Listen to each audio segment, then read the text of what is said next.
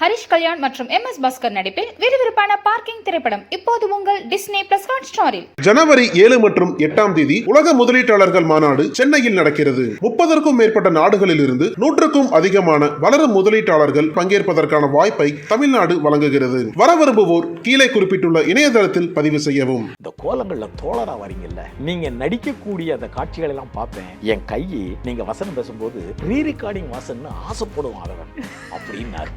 இதுக்கு மேல ஒண்ணு வேணுமா? ரஜினிகாந்தே ஒரு பேட்டியில் சொல்லியிருக்காரு, கோலங்கள் தொடரை நானும் பார்த்திருக்கிறேன், அதுல நானும் மெய்மறந்திருக்கிறேன், அதுல தோழர் கதாபாத்திரத்தை நானும் ரொம்ப ரசிச்சிருக்கேன். அவர் ஒரு பேட்டியில் சொல்லியிருக்காரு. நீங்க இன்னைக்கு ஒரு பாட்டை ரெக்கார்ட் பண்றீங்களா, ஒரு படத்துக்கு இசையமைக்கிறீங்களா, நீங்க ஒண்ணு நான் கொடுத்த பாடல்களில் ஒரு பாடல்ல இருந்து தான் நீங்க கொடுத்த ஆகணும். அவர் வித்யாசாகரா இருந்தாலும் சரி, அது A.R. ரஹ்மானா இருந்தாலும் சரி, அது இளையராஜாவா இருந்தாலும் சரி, இன்னைக்கு அனிருத் வரைக்கும் இயல்பான கதாபாத்திரத்துக்கு 2 பேர் பெற்றவர்கள். ஒன்னு எம்ஜிஆர், இன்னொன்னு விஜயகாந்த். அவர் சிவப்பு எம்ஜிஆர், இவர் கருப்பு எம்ஜிஆர். அவன் எம்ஜிஆர் உள்ள 90% குணாதிசயங்கள் இவற்றையும் உண்டு. நான் நேரையும் பார்த்திருக்கேன். எனக்கு ஒரு ஃப்ரெண்டு தான். அப்படி நீங்க சொன்ன அந்த இயல்பான விஜயகாந்த் இப்ப இயல்பா இல்ல அப்படிங்கிறது ரொம்ப கஷ்டம் சார், ரொம்ப கஷ்டம். அதாவது யாரா இருந்தாலும் ஈக்குவலா பழகுவாரு. அவர் பயங்கரமான ஆளு அதெல்லாம் கிடையாது. நீயும் விஜயகாந்த் தான், நீயும் விஜயகாந்த் தான் பாரு. அப்படிப்பட்ட விஜயகாந்த் இன்னைக்கு ஒரு செயல்பட முடியாத ஒரு இன்ஆக்டிவ் பொசிஷன்ல இருக்காருன்னு தெரியும் போது உண்மையிலே ரொம்ப கஷ்டமா இருக்கு.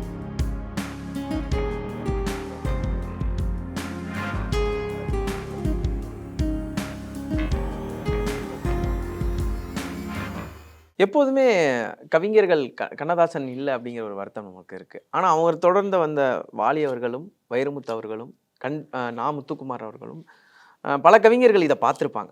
பார்த்துட்டு உங்கள்கிட்ட சொன்ன விஷயம் என்ன சார்? எனக்கு இந்த இண்டஸ்ட்ரிக்குள்ள நுழைஞ்ச உடனேயே எனக்கு யார்ட்டையும் வாய்ப்பு கேட்டு பழக்கம் இல்லை இல்லையா? கண்டிப்பா கண்டிப்பா. அதனால எனக்கு யாரு கூடயும் தொடர்பு, எல்லாருக்கும் தெரியும், யாரு கூடயும் சந்திப்புகள் கிடையாது. நான் யாரை சந்திச்சாலும் முதல் தான். கலைஞர் கருணாநிதியா முதலில் சந்திக்கிறேன், மெல்லிசை மாமன்னர் MSVயா முதலில் சந்திக்கிறேன், ஏவிஎம் குமரன் முதலில் சந்திக்கிறேன், சரவணன் முதலில் சந்திக்கிறேன், கவிப்பேரரசு வைரமுத்துவா முதலில் சந்திக்கிறேன். இப்போ யார் கூப்பிட்டு விட்டாலும் என்னை பேட்டி கொண்டிருக்கக்கூடிய நீங்க ஹரிஹர சுதன் ஹரி, உங்களை இது 2வது சந்திக்கிறேன், முதல்ல என்ன நீங்க கூப்பிடும்போது சந்திக்கிறேன். இப்படித்தான் என் வாழ்க்கையில யாரை பார்த்து, ஏன்னா இவங்க எல்லாருமே என்ன வர வர கூப்பிட்டு விட்டு சந்திக்க ஆரம்பிச்சிட்டாங்க. மிகப்பெரிய விஐபிகள் என்று வர்ணிக்கப்படுபவர்கள்.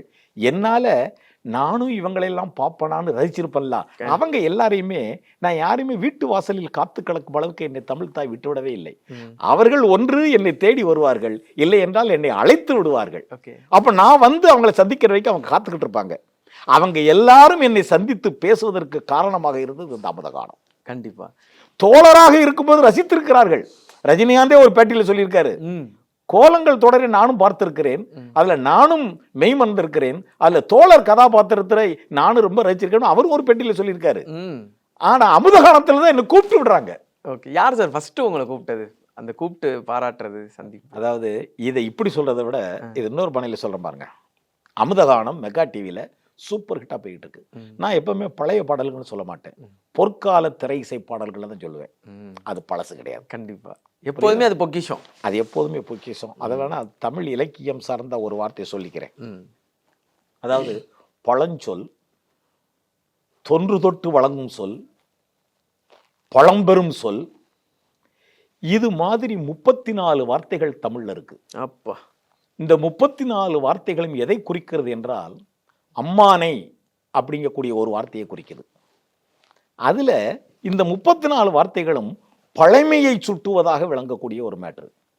அதை நீங்க நல்லா ஆராய்ச்சி பண்ணி பார்த்தீங்கன்னா பழைமை வேறு, பழமை வேறு. பழைமை என்றால் பழையது, பழமை என்றால் ஃப்ரூட்ஃபுல். அந்த பழமை தான் நான் சொல்லக்கூடிய பழைய பாடல்கள், பொற்கால பாடல்கள். அது பழைமை அல்ல, பழமை. பழமை என்பது என்னன்னு கேட்டீங்கன்னா புதிது துளிர்ப்பதற்கு காரணமாக இருந்து கொண்டு அதுவும் எப்போது புதிதாக மனம் பரப்பிக் கொண்டே இருப்பதுதான் பழமை. அப்ப நான் கொடுக்கின்ற அந்த பொற்கால கட்டத்து பாடல்கள், அமுதகான பாடல்கள் எல்லாமே பார்த்தீங்கன்னா, நீங்க இன்னைக்கு ஒரு பாட்டை ரெக்கார்ட் பண்றீங்களா, ஒரு படத்துக்கு இசையமைக்கிறீங்களா, நீங்க ஒண்ணு நான் கொடுத்த பாடல்களில் ஒரு பாடல்ல இருந்து தான் நீங்க கொடுத்த ஆகணும். அவர் வித்யாசாகரா இருந்தாலும் சரி, அது ஏஆர் ரஹ்மானா இருந்தாலும் சரி, அது இளையராஜாவா இருந்தாலும் சரி, எல்லாருமே மெல்லிசை மாமன்னர்கள், திரையிசை திலகம் கேவி மகாதேவன், அது வி குமார், இது மாதிரியான அந்த காலகட்டம் இருக்குல்ல, அந்த காலகட்டத்தை மனதில் நினைக்காமல் எவராலும் புதிதாக இசையமைக்க முடியாது. இன்னைக்கு அனிருத் வரைக்கும் நீங்க அதை எடுத்து வேற வெந்நீர் பானையில வேணா போட்டு கொடுங்க, வேற இல்ல. ஆனா அதுதான். அதனால இப்பவுமே எனக்கு சொல்றாங்க, என்னுடைய அமதகான பாடல் பார்த்து ரசிகர்கள், மீன் பிடிக்கிறவரும் பார்க்கிறாரு, வியாபாரம் செய்கிறவரும் பார்க்குறாரு, நாட்டை ஆளுகின்ற மந்திரியும் பார்க்குறாங்க, இன்னைக்கு ஒரு மிகப்பெரிய பெரிய நடிகர்களாக இருக்கவங்க, டைரக்டராக எல்லாரும் அதை பார்க்குறாங்க. என்னை அங்கங்கே சந்திக்கும் போது அவர்கள் என்னை பார்த்து காட்டுகின்ற புன்னகையில் அதை புரிந்து கொள்வேன். எல்லாருமே அதற்கு ரசிகர்களாக இருக்காங்க. காரணம், நான் எடுத்து பேசுகின்ற சொத்து அப்படிப்பட்ட ஒரு சொத்து. கண்டிப்பா இந்த காலகட்டத்தில் இப்படி பாட்டு ஹிட்டாகி போய்கிட்டு இருக்கு. அப்போ ஒரு நாள் மெல்லிசை மாமன்னர் எம்.எஸ். விஸ்வநாதனை வச்சு இதே டிவியில் ஒரு நிகழ்ச்சி பண்ணணும்னு ஆசைப்படுறாங்க. யார்? தங்கபாலு சார், அவங்க மிஸ்ஸஸ் ஜெயந்தி தங்கபாலு ஆசைப்படுறாங்க. அப்போ அவங்க என்ன செய்கிறாங்க, எம்எஸ்வியை அணுகிறாங்க. எம்எஸ்வி அணுகி அவங்க மீட்டிங் முடிஞ்ச உடனே அப்போ எம்எஸ்வி கேட்டிருக்காரு, நான் கால் ஷீட் தரேன், டேட் தரேன், என்னை பேட்டி காணுபவர் யார், என்னோடு இருந்து என்னோடு அந்த பேசி அளவலாவது யார் அப்படின்னு கேட்டிருக்காரு. அப்போ இவங்க சொல்லியிருக்காங்க, நீங்கள் சொல்லுங்கள், நாங்கள் சொல்கிறோம் யார், நீங்கள் டேட் கொடுங்க. இல்லை அப்படின்னு எம்எஸ்வி சொல்லியிருக்காரு, நான் ஒரு ஆளை மனசில் வச்சுருக்கேன், நீங்கள் அந்த ஆளை கூப்பிட்டு வாங்க, நானும் வாரேன், நிகழ்ச்சி நல்லா இருக்கும்னு அவர் சொன்னதாக இவங்க கூட சென்றவர்கள் எனக்கு சொன்னது. அப்போ எம்எஸ்வி சொல்லியிருக்காரு, உங்கள் டிவியில் டெய்லி காலையில் அமுதகானம்க்கு பேரில் காலையில் 8 to 9, ராத்திரி 10 to 11 இந்த கையை ஆட்டி பேசுகிறார்ல ஆதவன், அவரை கூப்பிட்டு வந்து நிகழ்ச்சியில் என்கிட்ட பேச விடுங்க அப்படின்னு இவர் சொல்ல, ஏங்க நாங்களும் அவரை தாங்க மனசில் வச்சுருக்கோம் என்று சொல்ல, இவங்க நேரம் என்கிட்ட வந்து அடுத்த நாள் ஒரு டேட்டை ஃபிக்ஸ் பண்ணி எம்எஸ்வி டைம் வாங்கி அவங்களுடைய பையன் கார்த்திக் அவர் கூட என்னை அனுப்புகிறாங்க. அவர் வர சொல்லிட்டாரு நீங்கள் போங்கன்னு. அப்போ அவர் வீட்டுக்கு போகும்போது எம்எஸ்வி அப்போ தான் ஃபஸ்ட் டைம். அப்போ எம்எஸ்வி அழைப்பு விடுத்து நான் போகிற பாருங்க ஃபஸ்ட் டைம். ஆனால் எனக்கு அது வரைக்கும் எம்எஸ்வி வர சொல்லியிருக்காரா, எம்எஸ்வியா என்ன, நீங்கள் யோசிச்சு பாருங்கள், நல்லா எம்எஸ்வின்னா கடவுள் தான், இசை கடவுள் தான், அதில் எந்த மாற்று கருத்துமே கிடையாது. அவரை நான் பார்க்க போகிறேனா அப்படின்ட்டு எனக்குள்ள ஒரு புது தம்பு, ஒரு புது பொலிவு, நான் பார்க்க போகிறேன். இத்தனைக்கு 2-3 படம் வேற பண்ணிட்டேங்க. 2-3 படம் பண்ணிட்டேன். இந்திய, ரஷ்ய, இலங்கை கூட்டு தயாரிப்பில் 5 மொழியில் படமெல்லாம் பண்ணியிருக்கேன், அன்றைய சூப்பர் ஸ்டார் விஜய் சாந்தியை வச்சு. இதுக்கு பிறகும் எம்எஸ்வியை பார்க்குற ஒரு மனசுக்குள்ள, இசைஞானி இளையராஜா கூடயும் வேலை செஞ்சுட்டேன், எஸ்.ஏ. ராஜ்குமார் கூடயும் வேலை செஞ்சுட்டேன், புது மியூசிக் டைரக்டர் கூடயும் வேலை செஞ்சுட்டேன். ஆனால் எம்எஸ்வி தேடுறாருல உடனே பதட்டமாயிடுச்சு. உள்ள போகிற மனசுக்குள்ள ஒரு பரபரப்பு, ஒரு பரவசம், கடவுளை பார்க்க போகிறேன். அதனால் கார்த்திக் தம்பி முதல்ல உள்ளே போனார். உள்ளே போனேன், தம்பி வாங்க, ஆதவன் வரலையா அப்படின்னாரு. இல்லை அவரும் வந்திருக்காரு. உடனே நான் உள்ள நுழையிறதுக்கும் எம்எஸ்வி சீட்டில் உட்காந்துருந்தவர் அவரும் வந்துட்டாரா அப்படின்னு அவர் எந்திரிச்சதை பார்த்து எனக்கு, தம்பி இதுக்கெல்லாம் மேலே எனக்கு ஒரு விருதே கிடைக்காது தம்பி. இவ்வளவு பதட்டத்தோட அவர் ஏன் தம்பி, நான் காணப்போன தெய்வம் என்னை கண்டு பதட்டத்தோட பரவசத்தோட அவரும் வந்துட்டாரான்னா அப்ப அந்த நிகழ்ச்சி எவ்வளவு பார்த்திருக்கார், கண்டிப்பா எப்படி ரசிச்சிருக்கார். உள்ள போனேன், ஐயான்ட்டு நான் காலில் சாஷ்டாங்கமா விழுந்துட்டேன். விழுந்த உடனே அதவன் என்ன இது அவர் சேர்ந்துவிட்டு என்னை அழுகிறேன், கண்ணீரை தொடச்சி என்னை உட்கார வச்சுட்டு, என்ன அப்படி விழுந்துட்டீங்க காலில், நான் யார் தெரியுமா, அடியேன் விஸ்வநாதன், உங்க சிஷியன். அடி மேல அடிக்கிறாரு, எந்திரிக்கவே இல்லை, இன்பத்துல அடி மேல அடிக்கிறாரு, எந்திரிக்கவே விடலை. அந்த ஐயா அப்படிலாம் சொல்ல, நான் என்னால் ஒன்றும் முடியலை, வாய் வரலாம் ஒன்றும் செய்யலை. அவர் சொல்றாரு, ஆதவன் ரொம்ப பிரமாதம், நல்ல நல்ல பாட்டா போடுறீங்கன்னாரு. நான் எங்க ஐயா நல்ல பாட்டு போட்டேன், நீங்க கொடுத்தது தலையா திருப்பி போட்டுக்கிட்டு இருக்கேன் அப்படின்னு. இல்லை இல்லை ஆதவன், நாங்க போட்டோம், ஆனா அதை சொல்லணும் இல்லை அப்படி நல்லா போட்டிருக்கேன் ஆதவன் அப்படின்ட்டு. ஆதவன் அதுக்கு மேல இந்த கோலங்கள்ல தோழரா வரீங்கல்ல, நீங்க நடிக்கக்கூடிய அந்த காட்சிகள் எல்லாம் பார்ப்பேன், என் கையை நீங்க வசனம் பேசும்போது ரீ ரெக்கார்டிங் வாசன்னு ஆசைப்படுவோம் ஆதவன் அப்படின்னாரு. இதுக்கு மேல ஒண்ணு வேணுமா, என்ன வேணும் அப்படின்ட்டு. ஒரு தடவை கண்ணதாசனுடைய விழா ஒன்று நடக்கு, அதுல விஐபியா என்னையும் கூப்பிட்டுருக்காங்க. அதுல விஸ்வநாத ராமமூர்த்தி வராப்புல, நானும் போறேன், இன்னும் சில விஐபிகள் வராங்க. அங்க விஸ்வநாதன் டி.கே. ராமமூர்த்தி அவரையும் சந்திக்கிறேன். அவரும் என்னை பார்த்துட்டு வந்துட்டாரா தோழர் அப்படி. அப்ப அவரும் பார்க்கறாரு. சார் அன்னைக்கு நடந்த சம்பவம் என்ன தெரியுமா, இந்த வாணி மஹால்ல எம்எஸ்வி டி.கே. ராமமூர்த்தி என்னை நடுவில் வச்சு எம்எஸ்வி இங்கே முத்தம் கொடுக்காரு, டி.கே. ராமமூர்த்தி இங்கே முத்தம் கொடுக்காரு. நான் நடுவில் சிலை ஆயிட்டேன் சார் அந்த கண்ணதாசன் விழாவில். இப்படி யார் யார் மிகப்பெரிய விஐபி, இவங்களையெல்லாம் நான் பார்ப்பனா பார்க்க மாட்டானா என்று நான் துடித்து கொண்டிருந்தவர்களெல்லாம் ஒன்று என்னை தேடி வந்திருக்காங்க, என்னை அழைத்தும் விட்டுருக்காங்க. ஆனால் நான் ரெண்டிலுமே என்ஜாய் பண்ணியிருக்கேன். கண்டிப்பா இப்படி நிறைய பேர் கூப்பிட்டு விட்டாங்க. அதே மாதிரி இன்னொரு சினிமா அப்படின்னு எடுத்துக்கிட்டாலே சினிமா துறை சார்ந்து தான் நீங்கள் வந்திருக்கீங்க அப்படின்னோடனே, சினிமாவை பொறுத்த வரைக்கும் எத்தனையோ கலைஞர் இருந்தாலும் விஜயகாந்த் அவர்களை முக்கியமாக எல்லா சிறிய கலைஞர்கள் முதல் பெரிய கலைஞர்கள் வரைக்கும் சொல்லுவாங்க. அதனால தான் அவர் புரட்சி கலைஞராக இருக்கார் இன்னைய வரைக்கும். அவரை சந்திக்கக்கூடிய வாய்ப்பும் சரி, அவரை பற்றி அவரால் ஏதாவது ஒரு விதத்தில் ஏதாச்சும் ஒரு சம்பவம் நடந்திருக்கும்ல, அது ஏதாவது நடந்துச்சு அவங்க வாழ்க்கையில்? அதாவது ஏன்னா உங்களோட ஃபிலிம் இன்ஸ்டியூட் ஸ்டூடெண்ட்ஸுக்கு முதல்ல உங்கள்லேருந்து போனாலே வாய்ப்பு கொடுக்குறவர் விஜயகாந்த் அவர்கள் தான். சமீபத்தில் அவங்களுடைய கேப்டன் டிவியில் என்னுடைய ப்ரோக்ராம் டெலிகாஸ்ட் ஆகி போய்கிட்டு இருக்கு. ஒரு 6 மாசமா என் ப்ரோக்ராம் காலையில் 10 மணிக்கு மக்கள் திலகம் எம்ஜிஆர்னு டெய்லி எம்ஜிஆர் வரலாறு சொல்லிக்கிட்டு இருக்கேன். ராத்திரி 9 to 9:30 டெய்லி கேப்டன் வரலாறுன்னு அவரை பற்றி சொல்லிக்கிட்டு இருக்கேன். இப்போ அந்த டிவி வந்து இடம் மாற்றுறதுக்காக அவங்க இப்போ நடத்தலை. ஆக அந்த டிவிலையும் என்னுடைய ப்ரோக்ராம் போய்கிட்டு இருக்கு. மதிமுகன் டிவில என் ப்ரோக்ராம் போய்கிட்டு இருக்கு. பல யூடியூப் சேனல்ல என் ப்ரோக்ராம் போய்கிட்டு இருக்கு. என்னை கூப்பிட்டாங்கன்னா போயிடுவேன். அந்த வகையில் அவர்களும் அழைத்தார்கள், சென்று போய்கிட்டு இருக்கேன். ஆனாலும் ஆரம்பத்தில் விஜயகாந்த் அவர்களுக்கும் எனக்கு உள்ள சந்திப்பு என்னன்னு கேட்டா, செந்தூரப்போயின்னு ஒரு படம் வந்தது இல்ல, அதுல நான் டைரக்ட் பண்ண காட்சிகளும் உண்டு. அதாத்தோட விட்டுருவோம். சரியா? அதாத்தோட விட்டுருவோம். சரி, அதுல நான் டைரக்ட் பண்ண காட்சிகளும் உண்டு. அத்தோட அவருக்கு எனக்கு சந்திப்பு உண்டு. அந்த சந்தர்ப்பத்தை பயன்படுத்தி ராஜாபாதர் ஸ்ட்ரீட்ல அப்போதான் அவங்க ஆஃபீஸ் இருந்தது.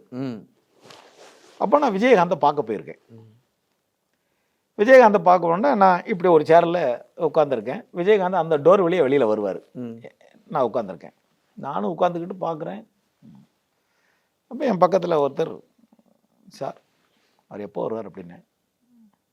அவர் ஒன்றும் பதில் சொல்லலை. நான் அப்படி பார்க்க வந்தேன். ஒரு 1/2 மணி நேரம் ஆச்சு. நான் சொன்னேன், சார் நீங்கள் வந்து ரொம்ப நேரம் ஆச்சா? எனக்கு முன்னாடியே இருக்கையில் அவர் என்ன. அப்போ தான் இவர் என்ன சொன்னார், ஹலோ என்ன கொஞ்சம் பாருங்கள். நான் தெரியும் பார்த்தேன். நான் விஜயகாந்தா ஏன் இருக்கக்கூடாது? ஐயோ அப்படின்னு. ஏங்க விஜயகாந்தனா உள்ள இருந்தா வருவாரா, வெளியே உட்காந்துருக்க மாட்டாரா? எனக்கு உண்மையிலே அப்பதான் பெரிய ஸ்டார் ஆயிட்டாரு. ஆனால் ஒரு இயல்பாக அவரும் அப்படித்தான், ஒரு இயல்பான தன்மை கொண்ட மனிதன். எனக்கு தெரிஞ்சு நானே அந்த ப்ரோக்ராமில் பலமுறை சொல்லியிருக்கேன், இயல்பான கதாபாத்திரத்துக்கு 2 பேர் பெற்றவர்கள். ஒன்று எம்ஜிஆர், இன்னொன்று விஜயகாந்த். அவர் சிவப்பு எம்ஜிஆர், இவர் கருப்பு எம்ஜிஆர். இன்னும் அவன் எம்ஜிஆர்ட்ட உள்ள 90% குணாதிசயங்கள் இவற்றையும் உண்டு. நான் நேரையும் பார்த்துருக்கேன். எனக்கும் ஒரு ஃப்ரெண்டு தான், நாங்கள்லாம் ஃப்ரெண்டாகவும் பழகிருக்கோம். அந்த சந்திப்பு முதல் சந்திப்பு அதுதான். அப்படி என்ன அழகா கேட்டாருவாங்க, ஏங்க நான் விஜயகாந்தாவே இருக்கக்கூடாதா அப்படின்னு கேட்ட உடனே பார்த்தா எனக்கு தூக்கி வாரி போட்டது. ஏன்னா அப்படி நார்மலாக தான் இருப்பாரு. அதாவது நல்லா பாருங்க, பிற்காலத்தில் கூட அவர் கொஞ்சம் ஸ்டைலிஷா மாறிக்கிட்டாரு. நான் சொல்லக்கூடிய பீரியடில் அவர் எப்படி இருந்திருப்பாரு நீங்க பாருங்க. நமக்கெல்லாம் எப்படின்னா என்னது, ஒரு கித்தாப்பா டிப்டாப்பா பயங்கரமா பட்டோட்டமா ஒருத்தன் வந்தா தான் ஒத்துக்குவோம். அவர் ரொம்ப எளிமையா இருக்காரு. இப்படியும் நான் அவரை சந்தித்தது உண்டு. கோபிச்செட்டிப்பாளையத்தில் ஷூட்டிங்லையும் சந்தித்தது உண்டு. அந்த தொடர்பு உண்டு. இப்போ கேப்டன் டிவியில் கடைசி வரைக்கும் என்னுடைய நிகழ்ச்சி டெலிகாஸ்ட் ஆகிட்டு தான் இருந்தது. ஆனாலும் அப்படி நீங்கள் சொன்ன அந்த இயல்பான விஜயகாந்த் இப்போ இயல்பா இல்லை அப்படிங்கும் போது எப்படி சார்? ரொம்ப கஷ்டம் சார், ரொம்ப கஷ்டம். அதாவது எவ்வளவு சுறுசுறுப்பான மனிதர் தெரியுமா? ஒரு மேட்டர் பாருங்க, ராத்திரி 2 மணி வரைக்கும் உங்களுக்கு நடிச்சு கொடுப்பார். காலையில் 5 மணி ஷூட்டிங்கு முதல் அனுப்பார் சார். 3 மணி நேரத்துக்குள்ள. ஆனால் அந்த நேரத்தில் அவர் முகத்தில் நீங்க ஒரு டயர்டையோ, இப்பதானே படுக்க போனாரு, அந்த டயர்டையோ எதையுமே நீங்க எதிர்பார்க்க முடியாது. அப்படிப்பட்ட விஜயகாந்த் இன்னைக்கு ஒரு செயல்பட முடியாத ஒரு இன்ஆக்டிவ் பொசிஷன்ல இருக்காருன்னு தெரியும் போது உண்மையிலே ரொம்ப கஷ்டமா இருக்கு, ரொம்ப கஷ்டமா இருக்கு. இன்னும் சொல்ல போனா அதை நினைக்கும் போது வாழ்க்கை மேல நமக்கு ஒரு பிடிப்பு தளருது. கடைசி இவ்வளவுதானா வாழ்க்கை, இவ்வளவுதானா வாழ்க்கை. 2வது நல்ல மனுஷன் சார். இந்தியாவிலேயே இந்தியாவின் மிகச்சிறந்த குடிமகன் அப்படிங்கக்கூடிய பட்டம் வாங்கினது அவர் ஒரே ஒருத்தர் தான், வேற யாருமே கிடையாது. அப்போ அவர் எவ்வளவு பெரிய நல்ல மனுஷனா இருந்தா, ஓடி ஓடி உதவி செஞ்சிருக்காரு, ஓடி ஓடி உதவி செஞ்சிருக்காரு. கேட்டவனுக்கு செஞ்சிருக்காரு, கேட்காதவனுக்கு செஞ்சிருக்காரு. யாரா இருந்தாலும் ஈக்குவலா பழகுவாரு. அவர் பயங்கரமான ஆளு, அதெல்லாம் கிடையாது. நீயும் விஜயகாந்த் தான், நீயும் விஜயகாந்த் தான் பாரு. அப்படிப்பட்ட ஒரு மனிதன் இன்னைக்கு ஒரு அந்த ஒரு இன்ஆக்டிவ் பொசிஷன்ல இருக்காருங்க போது உண்மையான மனசுக்கு ரொம்ப கஷ்டமா இருக்கு. ரொம்ப கஷ்டமா இருக்கு. ஓகே சார், இப்போ இயல்பு நிலைக்கு நாம வந்துடுறோம். சார், நான் ஒவ்வொருத்தரை பத்தி சொல்றேன், ஒரே வார்த்தையில ஒரு பதில் சொல்லணும். சொல்லுங்க. ஒரே வார்த்தை. ஆரம்ப புள்ளியான எம்ஜி ராமச்சந்திரன் அவர்கள், எம்ஜிஆர் அப்படின்னா என்ன? தெய்வமாக பிறந்த மனிதன். தெய்வமாக பிறந்த மனிதன். மனித குலத்திற்கு மனிதன் என்றால் எப்படி இலக்கணமாக வாழ வேண்டும் என்ற இலக்கணமாக திகழ்கின்ற ஒரே மனிதன். சரி சார். கலைஞர் அவர்கள். கலைஞர் அவர்கள் அறிவின் சிகரம். கண்ணதாசன். கண்ணதாசன் ஞான குழந்தை. வாலி. வாலி ஒரு, அதாவது வாலி குறும்பு கவிஞன். குறும்பு கவிஞன், அருமையா சொன்னீங்க சார். இவர் பாரதி. பாரதி நெஞ்சம் நிமிர்த்தி வாழ்ந்த ஒரே மனிதன். பாரதிதாசன். பாரதிதாசன் நெஞ்சம் நிமிர்த்தியவனுக்கு தாசனாக விளங்கிய அவர் ஒரு நெஞ்சை நிமிர்த்திய ஒரு மகான். எம்எஸ்வி. எம்எஸ்வி நல்லவனாகவும் வல்லவனாகவும் வாழ வேண்டும் என்றால் இப்படித்தான் இருக்க வேண்டுமோ? இசைஞானி இளையராஜா. இசைஞானி, இசையின் உச்சம். புலமை பித்தன். புலமை பித்தன். அவர் ஒரு தமிழ் பித்தன். தமிழ் பித்தன். ஜெயலலிதா. ஜெயலலிதா இரும்பு என்றால் இப்படித்தான் இருக்க வேண்டும், இப்படித்தான் இருக்க முடியும். இவரை சொல்வதற்கு இரும்பை உதாரணம் காட்டாதீர்கள், இரும்பின் உறுதித்தன்மையை காட்டுவதற்கு ஜெயலலிதாவை உதாரணம் சொல்லுங்கள். ஃபைனலா விஜயகாந்த். விஜயகாந்த் இயல்பான மனிதன். இயல்பான மனிதன். ஓகே, இவ்வளோ நேரம் என்னோட கேள்விகளை விட உங்களோட பதில்கள் வந்து ஆணித்தனமாகவும் அறிவுபூர்வமாகவும் இருந்துச்சு. பல மேடைகளை பார்த்துருப்பீங்க, பல நடிகர்களை இயக்கியிருக்கீங்க. அப்படி இருந்தும் இன்னைய வரைக்கும் ஒரு எளிமையான மனிதராகவும் ஆகச்சிறந்த மனிதராகவும் இருக்கிறது மிகப்பெரிய ஆச்சரியம்தான். தலையில் எந்த ஒரு கனமும் இல்லாமல் இருப்பதுமே பெரிய ஆச்சரியமான விஷயம்தான். கொஞ்ச நேரத்தில் என்னையும் ஆங்கிலம் கலக்காத தமிழ் பேச வச்சுட்டீங்க. இன்னும் நிறைய மேடைகளும் நிறைய விருதுகளும் நிறைய நிகழ்வுகளும் உங்கள் வாழ்க்கையில் நடக்கணும். உங்களுக்கு வாழ்த்துக்கள் சார். நன்றி. ரொம்ப சந்தோஷம். நம்ம நக்கீரன் ஸ்டுடியோ நேயர்களுக்கு என்னுடைய வாழ்த்துக்களையும், உங்களுடைய வாழ்த்துக்களை உங்ககிட்ட தெரிவிச்சுக்கிட்டு உங்க வாழ்த்துக்களையும் நான் வேண்டுறேன் உங்க சார்பாக. நன்றி, வணக்கம். நன்றி சார்.